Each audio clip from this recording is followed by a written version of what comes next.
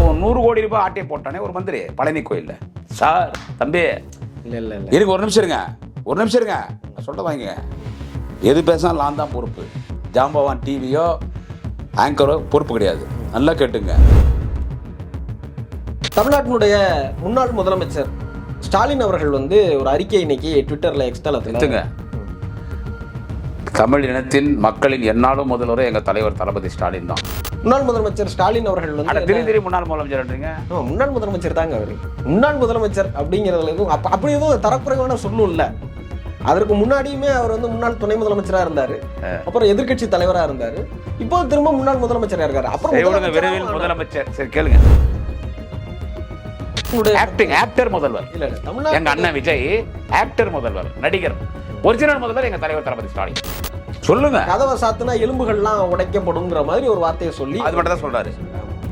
ஏன் முதல் எங்க தலைவர் தளபதி நீங்க பேசாத பேச்சா? அவர் முதலமைச்சர் இருக்கும்போது உங்க கட்சியில் இருக்கிற இன்னைக்கு ஒரு மந்திரி ஆகிறாரு, அது ஒரிஜினல். அவர் முட்டாள் முதலமைச்சர். நீங்க எவ்வளவு பேசிருக்கீங்க? அது இவர் ஓடு ஓடு ஓடு ஓடு ஓடு பாட்டு பண்ணார்ல, எல்லாம் ஓட்டம் இவர் தான் ஓடினார். ஓடு ஓடு ஓடு 41 பேரை வேட்டையாடி இவர் தான் ஓடினாரு. அன்னைக்கு தளபதி நினைச்சிருந்தாருன்னா இவர் பழிவான நினைச்சிருந்தா பெரிய விஜய் லைஃபே க்ளோஸா இருக்கும். சிஎம் விஜய் சார் லைஃப் க்ளோஸா இருக்கும் சார்.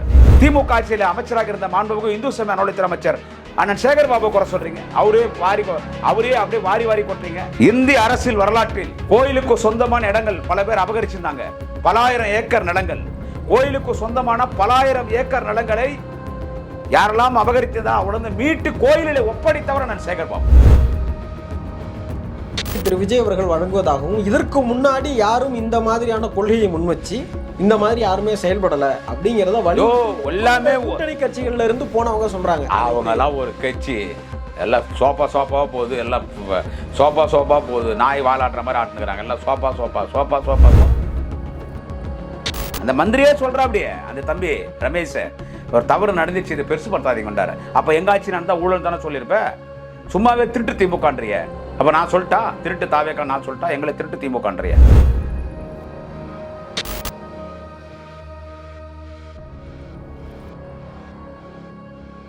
ஜாம்பவான் நேயர்கள் அனைவருக்கும் வணக்கம். நான் உங்கள் கார்த்திக் ராஜா. இன்னைக்கு நம்மோட அரங்கத்துல யார் இணைஞ்சிருக்கிறாங்க அப்படின்னா, திராவிட முன்னேற்ற கழகத்தை சார்ந்த நட்சத்திர பேச்சாளர், யூடியூபர்லையுமே ஒரு ஸ்டார் யூடியூபர் அப்படின்னு சொல்லக்கூடிய அளவுக்கு ஒரு நட்சத்திர பேச்சாளராக விளங்கக்கூடிய திரு குடியாத்தம் குமரன் அவர்கள் தான் இணைஞ்சிருக்காங்க. அவங்களை சந்திக்கலாம். சார் வணக்கம். வணக்கம், வாழ்க. தமிழ்நாட்டினுடைய முன்னாள் முதலமைச்சர் ஸ்டாலின் அவர்கள் ஒரு அறிக்கை இன்னைக்கு ட்விட்டர்ல எக்ஸ்தலத்துல தமிழ் இனத்தின் மக்களின் எந்நாளும் முதல்வரே எங்க தலைவர் தளபதி ஸ்டாலின் தான். முன்னாள் முதலமைச்சர் கவர்மெண்ட்ல சொல்றீங்களா? அது விரைவில் அந்த சீட்ல உட்காந்துடலாம். சரி, ஆரம்பிங்க. முழுக்கவே இதே மாதிரி தான் சொல்லிட்டே இருக்கீங்க. 4 மாசம் தாங்காது, 3 மாசம் தாங்காது, 6 மாசம் தாங்காது. நடக்குங்க. நாங்கெல்லாம் ஒன்றும் பண்ண மாட்டோம். எம்எல்ஏகளை விலைக்கு வாங்குறது, குதிரை பேரம் அதெல்லாம் இல்லை. அவங்களே ஆட்சின்னு திருடுறாங்க. இல்லை, திருடனுக்குள்ள சண்டை வரும் தெரியுமா? ஒரு 5 திருடனை சேர்ந்து திருடிடுவான். 5 திருடனை சேர்ந்து திருடிடுவான். எல்லாம் இப்போ நைட்டு படுத்துக்கலாம், காலையில் பங்கு போட்டுக்கலான்னு சொல்லிட்டு எல்லாம் படுத்துக்குவாங்க. ஒருத்தனுக்கு தெரியாத விஷயம் வச்சுருவான்.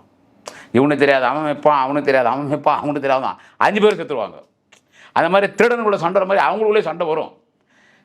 மாற்று கட்சியெல்லாம் வராங்க, அது ஒரு மாதிரி நடக்கும். அதனால தான் சொல்கிறோம்.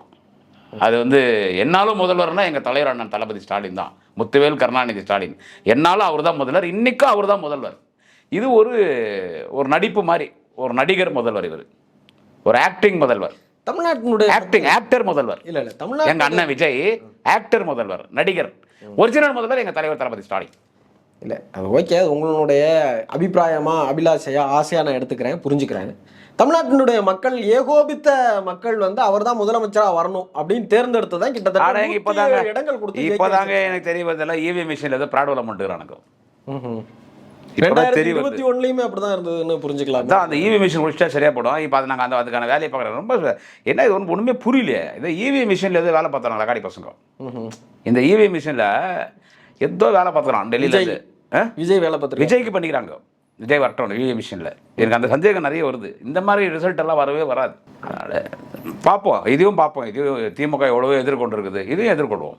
முன்னாள் முதலமைச்சர் ஸ்டாலின் அவர்கள் திடீர் முன்னாள் முதலமைச்சர்ன்றீங்க. முன்னாள் முதலமைச்சர் தாங்க அவரு.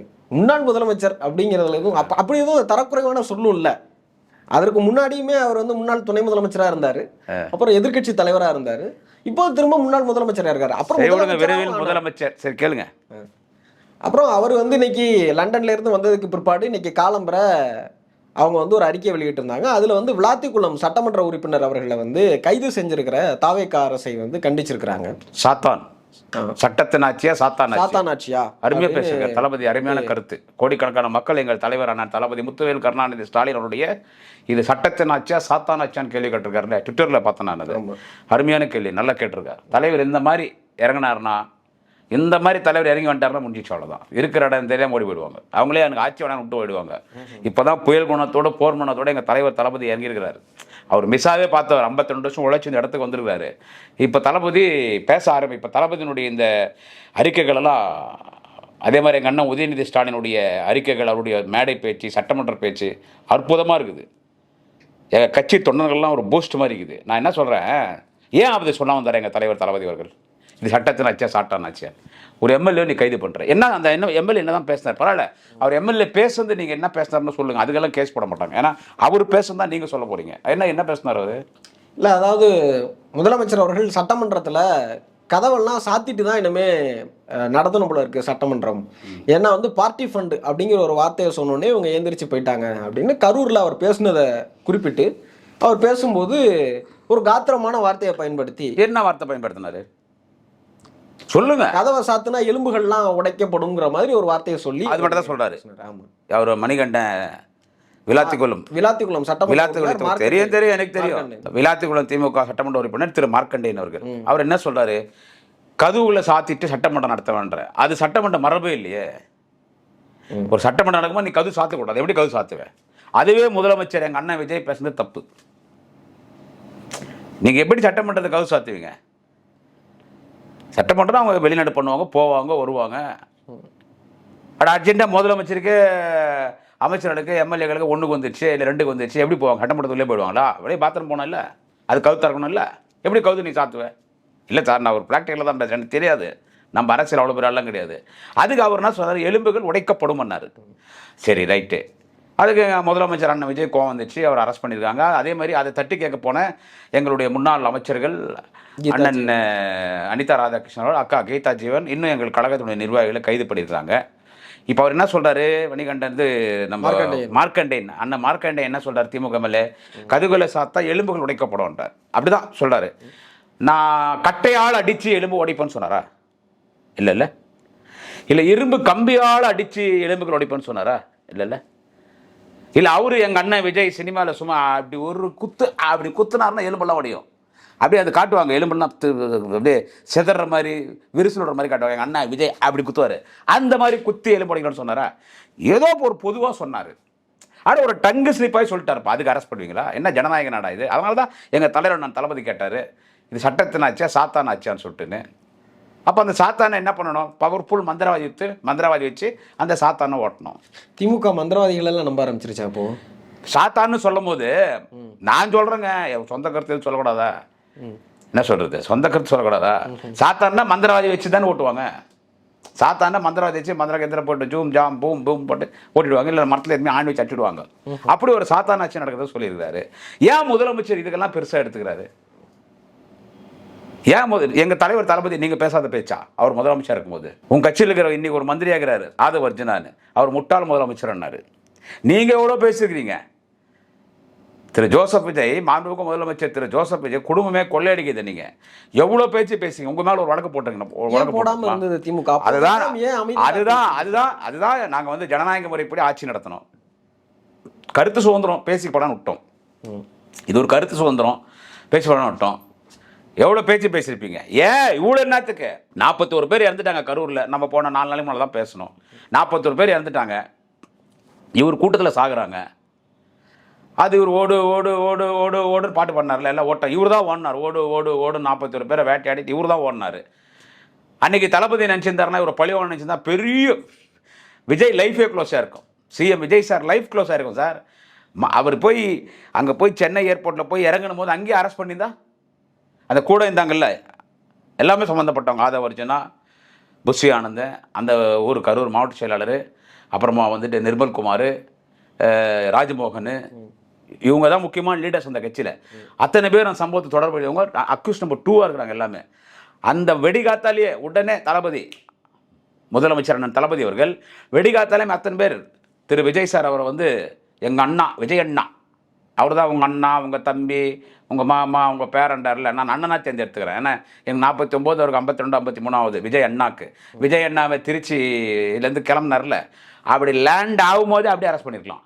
மீதி இந்த டிபார்ட்மெண்ட்டுக்கெல்லாம் இது பாருங்கள், ஆதவர்ஜனா, புஷி ஆனந்தன், நிர்மல்குமார், ராஜ்மோகன் இவங்களாம் இருக்காங்கல்ல, இவங்கள எல்லாரும் அரெஸ்ட் பண்ணி 41 பேர் கொலைக்கு தொடர்புடைய ஸ்ட்ராங் பண்ணி எஃப்ஐஆர் அன்றைக்கே ஜெயிலில் போட்டுருந்தா இந்த கட்சி வந்திருக்குமா இல்லை விஜய் அரசியல் வேணான்னு முடிவு எடுத்துட்டு இருப்பார். 41 பேர் மர்டர் கேஸ் சும்மா இல்லை, 4 வருஷம் 5 வருஷம் கேஸ் நடக்கும். இன்னைக்கு தேர்தலில் நிற்க முடியாது. எவ்வளோ நடந்திருக்கும்? பண்ணார் அவர்? பண்ணல. அதுக்கு பதிலாக அவர் சப்போர்ட் பண்ணார். எங்கள் தலைவர் அண்ணன் தளபதி முத்துவேல் கருணாநிதி ஸ்டாலின், எங்கள் தமிழினத்தின் தலைவன், என்னாலும் மக்களின் முதல்வர், எங்கள் தலைவர் தளபதிக்கு சப்போர்ட் பண்ணார். எந்த அரசியல் கட்சி தலைவரும் சொந்த கட்சிக்கார சாகிறது விரும்ப மாட்டான். எந்த அரசியல் கட்சி தலைவரும் பொதுமக்கள் சாகிறது விரும்ப மாட்டாங்க. இது ஒரு விபத்து, இதை யாரும் விமர்சனம் பண்ணாதீங்கன்னு சப்போர்ட் பண்ணார். ஆனால் நாங்கள் தான் கொண்டோன்ற. ஸோ நீங்கள் அவ்வளோலாம் பேசும்போது உங்கள் மேலே நாங்கள் எந்த கேஸ் போடலையே.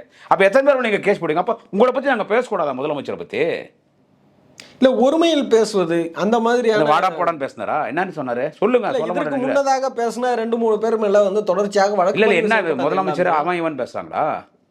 இல்ல ஒருமையில் பேசியதாக. ஒருமையான தானே தம்பி.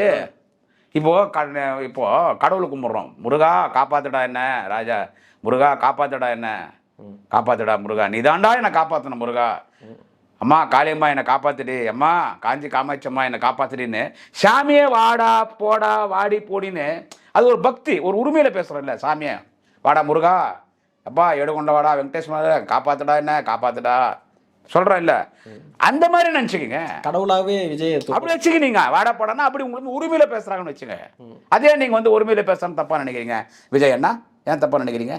அங்கிள்னது மட்டும் திமுக காரர்கள் வந்து முன்னாள் முதலமைச்சர் அவர் முதலமைச்சராக இருந்தப்போ இந்நாள் முதலமைச்சர் ஒரு அங்கிள்னு சொன்னதுக்கு மட்டும் திமுக காரர்கள் எல்லாரும் குதிச்சிருந்தாங்க. அது எப்படி? அது சொன்ன வார்த்தை வேற. அங்கிள்ன்ற வார்த்தை என்ன தெரியுமா? மாமான்னு அர்த்தம். என்னது அங்கிள்ன்றது மாமான்றது இது திமுரு தென்னாட்டில். அதை இவங்க கேஸ் போடலைங்க. நான் என்ன பண்ணுறது, மல்லாக்கப்படுத்துன்னு காரியத்தை போகிற மாதிரி நான் எதனா அதிகம் பேசணும்னா கேஸ் போட்டிருக்கணும். அங்கிள்னு சொல்லும் போது கேஸ் போட்டிருக்கணும். அது போட்டு ஒரு அனுதாபம் வந்துடும் போது பெரிய ஆளாக கூடாதுன்னு விட்டாங்க. அதான் விஜயை ஒரு ஆளாகவே இவங்க பொருட்படுத்தலைங்க. இவங்க போய் எடப்பாடிக்கிட்டே சண்டை வச்சுக்கிறாங்க, பிஜேபிக்கிட்டே சண்டை வச்சுக்கிறாங்க. நாங்கள் விஜயை ஒரு ஆளாகவே பொருட்படுத்தாமல் சைடில் வச்சுட்டோம். அதான் பண்ண தப்பு. பல சம்பவங்களில் விஜயை வந்துட்டு அன்றைக்கே அரசியலில் வந்துட்டு அப்ரூவ் படுத்திருக்கலாம். விஜய் ஒரு ஆளாகவே நினைக்கல, எதிரியாகவே நினைக்கல. எதிரியாகவே நினைக்கிறதான் தப்பு. எதுவுமே வேணாங்க. 41 பேர் அந்த மர்டர், 41 பேர் அந்த விபத்தில் இருந்து போனாங்கல்ல, அதிலே விஜய் அவருடைய அரசியல் வழிக்க முடிச்சுட்டுக்கலாம். தலைவர் பண்ணலையா? அதில் நீ ஆமோன்னா வழக்கு போடுற, கைது பண்ணுற. ஒரு எம்எல்ஏ கைது பண்ணி 2 தூக்கில் போட்டுருவாங்களா? அவர் என்ன இப்போ கோர்ட்டில் அவரை வந்து பயில் கொடுத்தாங்களா என்னன்னு எனக்கு இன்னும் தெரியல. ரிமைண்ட் பண்ணிட்டாங்களா என்ன? இது வரைக்கும் பேசிகிட்டு இருக்கேன் இந்த நொடி வரைக்கும். இப்போ நம்ம பேசுறது இன்றைக்கி என்ன தேதி? இன்னைக்கு 21ஆம் தேதி. டைம் என்ன ஆகுது? 6 மணி. இது வரைக்கும் யாருமே ரிலீஸ் பண்ணல. அந்த அவதூறு பேசிட்டாருன்னு கைது செய்யப்பட்டிருக்கிற எம்எல்ஏவும் ரிலீஸ் பண்ணல. அவங்களுக்காக போராடின அக்கா கீதா ஜீவன், அண்ணன் அனிதா ராதாகிருஷ்ணன் மற்ற கட்சிக்காரர் இன்னொரு ரிலீஸ் பண்ணல. அது ஜட்ஜு தான் முடிவு பண்ணுவார் எப்படின்னு சொல்லிட்டு. ஆனால் நீதிமன்றம் ரொம்ப நியாயமாக இருக்குது. இன்றைக்கி இந்த ஆட்சியில் எல்லாரையும் காப்பாற்றுறது நீதிமன்றம், நீதிபதிகள் தான். சரி அப்படியே உள்ளே வச்சு 4 நாள் இருக்க போகிறாரு, 5 நாள் இருக்க போகிறாரு. பயில் ஜெயிலுன்னு தான் பயிலுன்னு இருக்குதுங்க. அப்போ எத்தனை பேர் நீங்கள் அரெஸ்ட் பண்ணுவீங்க? நான் கேட்குறேன் விஜய் அண்ணாவை. கருத்து சுதந்திரன்றதுல இந்த நாட்டில் ஒரு மந்திரி பேசுகிற அப்படி திரு ஸ்டாலின் தான் ஒரு மகன் உதயநிதி ஸ்டாலினுக்காக போலீஸ் விட்டு 41 பேர் கொலை பண்ணாருன்னு ஒரு மந்திரி பேசுகிறாரு. அது என்ன நியாயம்? அது அப்போ உங்கள் கையில் ஆட்சி இருக்குதுன்னு நீங்கள் என்ன வேணாலும் பண்ணுவீங்களா? உங்கள் கையில் ஆட்சி இருக்குதுன்னு சார், உங்கள் ஆட்சியில் நிறைய குறை இருக்குது சார். விஜய் அண்ணா உங்கள் ஆட்சியில் நிறைய குறை இருக்குது என்னன்னு சொல்லி அவர் முதலமைச்சர் வந்தார். இப்போ கூட என்னங்க பேசினார்? இந்த கரூரில் பேசினார். ஊழல், லஞ்சம், லாவண்யம் எதுவுமே கிடையாது ஆட்சியில். பெண்கள் பாதுகாப்பாக இருப்பாங்க, போதைப் பொருளே கிடையாது. உன் மந்திரியே பவுடர் வச்சு ஆட்டுனுக்குறான் டெபிட் கார்டில் இழுக்கிறதுக்கு.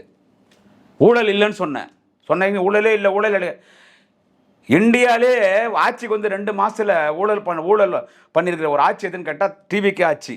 முதல்வர் திரு ஜோசப் விஜய், எங்கள் அண்ணா விஜய் அண்ணானுடைய ஆட்சி தான். 100 கோடி ரூபாய் ஆட்டையை போட்டானே ஒரு மந்திரி பழனி கோயிலில். சார் தம்பி இல்லை இருங்க, ஒரு நிமிஷம் இருங்க. சொல்ல வாங்க. எது பேசினாலும் நான் தான் பொறுப்பு.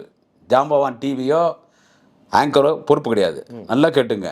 100 கோடி ரூபா ஆட்டை போட்டாங்க. இருங்க, தவறு நடக்கலன்னா தவறு நடந்துச்சு. நான் மணிகண்டனே சொல்கிறேன். அப்படி மாண்புமிகு இந்து சமய அறநிலையத்துறை அமைச்சர் பார்க்கறது கிட்டத்தட்ட உங்கள் மாதிரி தான் அவங்க கூட ரமேஷ் அவர்கள். ஆமாம், அதாவது பார்க்கறதுக்கு அதை தம்பி ரமேஷ்கிறாரு என்னது அதான் இந்து சமய அறநிலையத்துறை அமைச்சர் பார்க்கறதுக்கு கிட்டத்தட்ட உங்கள் மாதிரி தாங்கிறார். தாடி எதுனா நீங்கள் அந்த மாதிரி தான் இருப்பீங்க பார்க்கறதுக்கு. சின்ன வயசு மந்திரி. நான் சந்தோஷப்பட்டேன். ரமேஷ் தான் ஒரு பேர். ரமேஷ் இங்கே தான் இங்கே சென்னை பக்கம் தான் வராங்க. ஸ்ரீரங்கத்தில் நிற்க வச்சாங்க. நான் ரொம்ப சந்தோஷப்பட்டேன். யார் எந்த கட்சினா கிட்டோம், நம்மளாலாம் வர முடியல. நம்மளாம் 16 வயசில் அரசியலுக்கு வந்தோம்.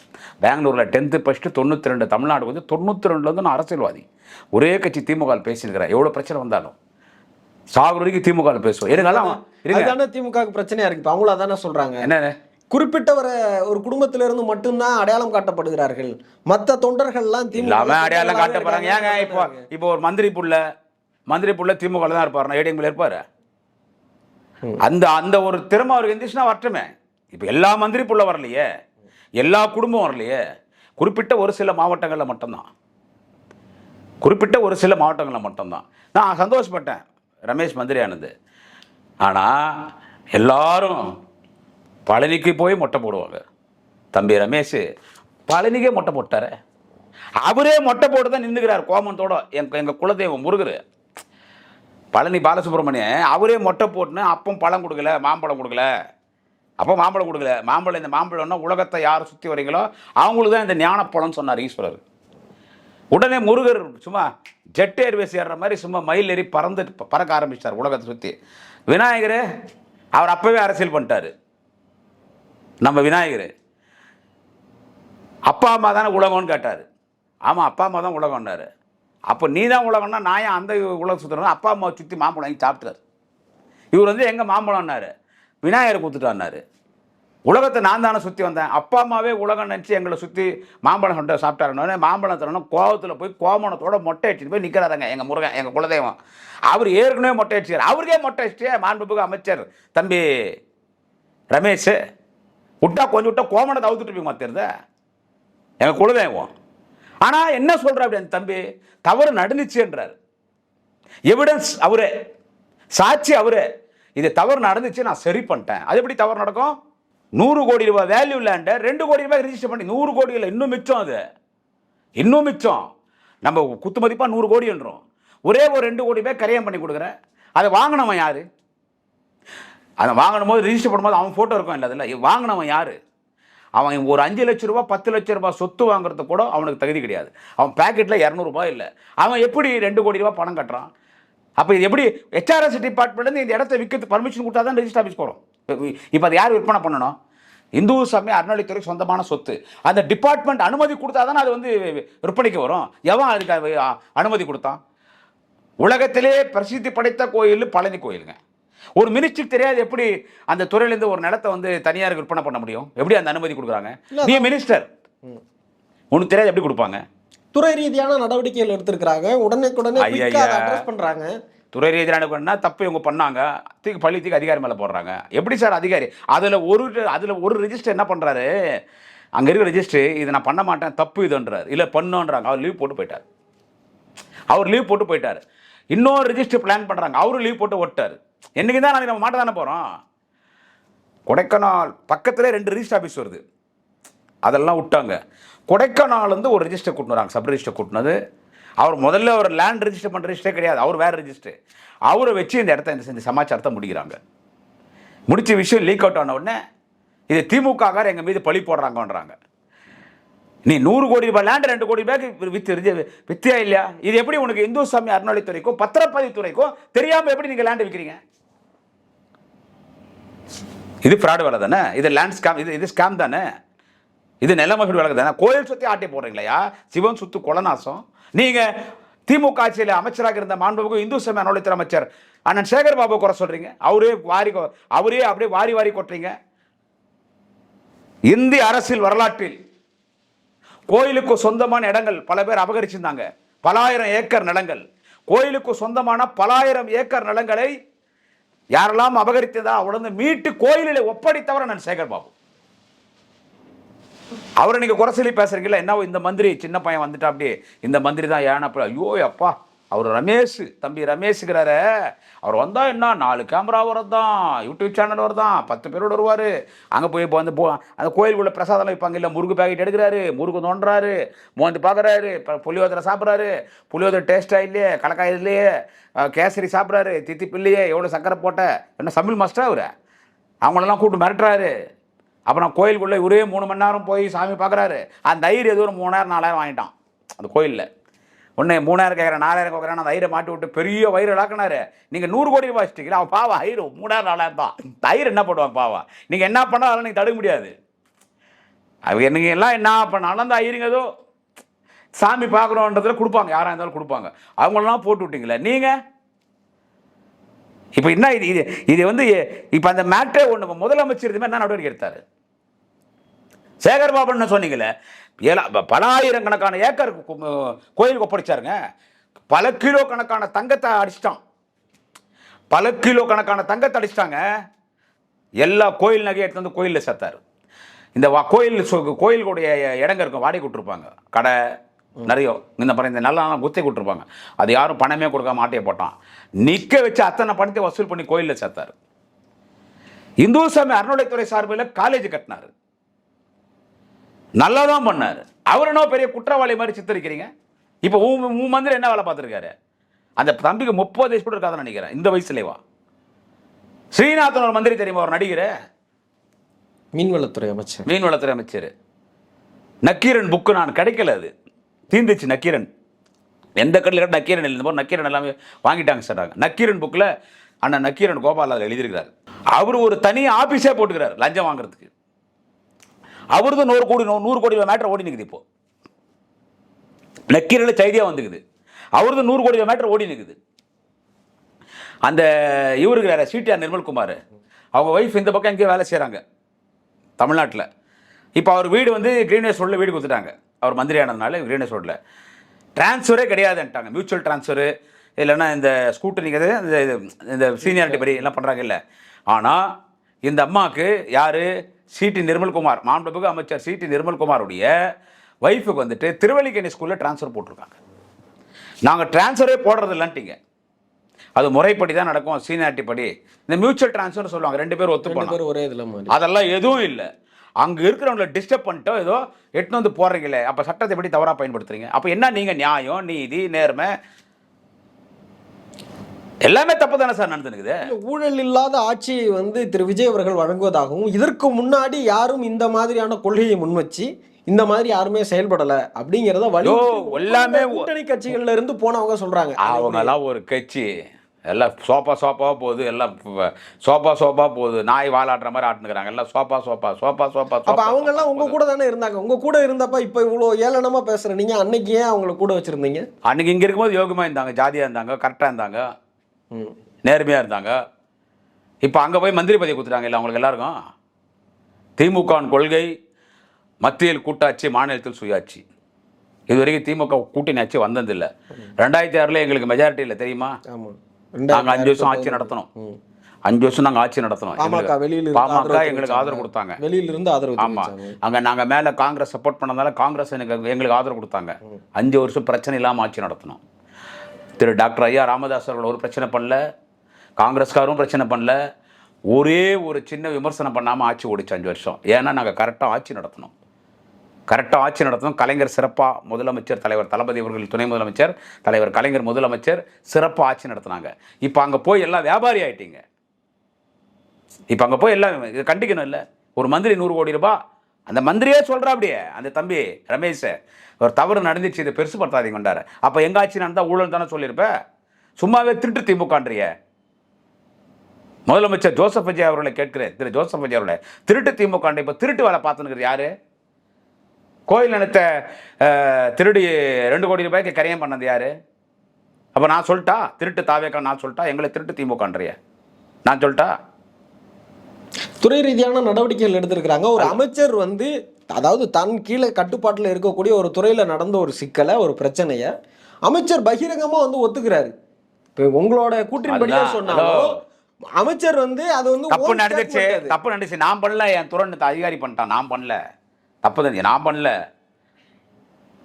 அப்போ உன் துறையில் இவ்வளோ பெரிய ஊழல் நடந்ததுன்னா உன்னோட மினிஸ்டர் பற்றி ராஜினாமா பண்ண தம்பி ரமேஷ்.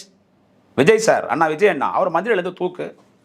ஒருத்தன் போதைப் பொருள் ஒரு மந்திரி பயன்படுத்தினான், கில்லி சரத்து, மந்திரி பணம் தூக்கிடணும். தூக்கணும் என்ன ஆகிடும், இவன் போதைப் பொருள் பயன்படுத்தினான்றது உறுதியாகிடும். ஏன்னா போதையை ஒழிப்பன்னு சொல்லி ஓடினார், மாரத்தான் ஓடினார். நம்ம சிஎம் விஜய் வந்து மாரத்தான் ஓடினார். அவர் மாரத்தான் ஓடும்போது அந்த போதைப் பொருள் அது அது அது நடந்து 3ஆம் நாள் தான் இந்த பிரச்சனை. இந்த வீடியோ வெளியிட்டு அவங்களே வெளியிட்டுருந்தாங்க. அப்போ நீ என்ன பண்ணியிருக்கணும், அந்த மினிஸ்டர் பதவியிலேருந்து எடுத்துருக்கணும். இப்போ 100 கோடி ரூபாய் ஊழல் ஆயிடுச்சு, உடனே எடுத்திருந்தேன்னா உன்னை பாராட்டியிருப்பாங்க. தப்பு பண்ண உடனே மந்திரியை பார்ப்பா, நீ மந்திரியை தூக்கிட்டாருப்பா விஜய், நம்ம விஜய் அண்ணா, நம்ம புள்ள விஜய், நம்ம பேரன் விஜய், மாமா விஜய் தூக்கிட்டாருன்னு சொல்லி பாராட்டியிருப்பாங்க. நீ என்கரேஜ் பண்ணுற மாதிரி இருக்குதே. இல்லை, அதான் விஜய் அவர்கள் தான் ரொம்ப தெளிவாக சொல்கிறாருல்ல, யாராவது உங்ககிட்ட லஞ்சம் கேட்டால் இது எங்கள் பிள்ளையினுடைய ஆட்சின்னு சொல்லுங்கள், இது எங்கள் விஜய் அண்ணா ஆட்சின்னு சொல்லுங்கள். அதான் புஷி ஆனந்தன் சொன்னார். லஞ்சம் கேட்டார் போய் புஷி ஆனந்தன், மாண்புமிகு நீர்வளத்துறை, நான் நகராட்சி மாநகராட்சி பேரூராட்சி அமைச்சர் புஷி ஆனந்தங்கிறாரு, அண்ணன் பாண்டிச்சேரிக்காரு. அவர் லஞ்சம் கேட்டார் இந்த அரசாங்க வக்கீல் ஆகிறாங்கல்ல அவங்கள போடுறதுக்கு. அது ஒரு 180 கோடிக்கு அடிச்சாங்க எல்லாம், 10 லட்சம் 5 லட்சம் 20 லட்சம்னு. அப்போ அந்த வக்கீலும் கேட்டாங்க, ஏன் எங்கள் அண்ணா விஜய் அண்ணா ஆட்சியில் லஞ்சம் கேட்குற, உங்கள் அண்ணா விஜய் அண்ணா தான் கேட்குறாரு குடும்பம்னு கேட்டு வாங்கினார். அவங்க கட்சி வக்கீலே கோர்ட்டுக்கு போனாங்களே, அவங்க கட்சி வக்கீலே புஷி ஆனந்தன் லட்சக்கணக்கில் லஞ்சம் வாங்கியிருந்தான் வக்கீலுங்க அரசாங்க வக்கீல் நியமிக்கிறான்னு சொல்லிட்டு. அப்போ லஞ்சம் இல்லையா?